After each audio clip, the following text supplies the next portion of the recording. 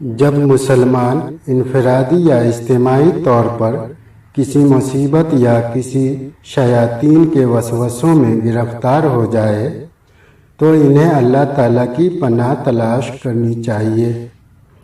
इस मकसद के लिए खुद अल्लाह ताला ने मुसलमानों को जो दुआ सिखाई है वो सूरह फलक की 5 आयत हैं, जो ये हैं: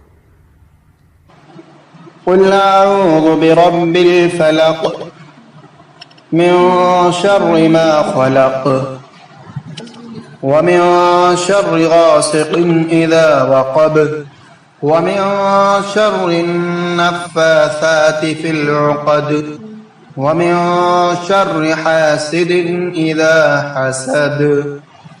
कह दीजिए, मैं शुभ के पैदा करने वाले की पनाह में आता हूँ, तमाम किस्म के शर से, अंधेरी रात के शर से जब वो छा जाए, और गंडों पर फूंकने वालियों के शर से, और हसद करने वालों के शर से जब वो हसद करते हैं।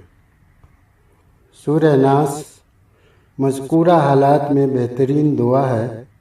इसे याद कीजिए और अपने विर्द में रखिए।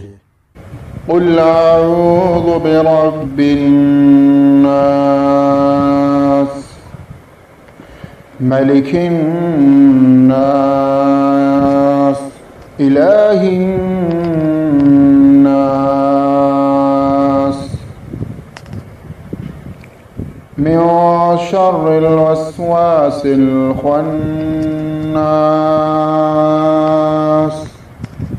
अल्लज़ी युवस्विसु फ़ी सुदूरिन नास मिनल जिन्नति वन नास।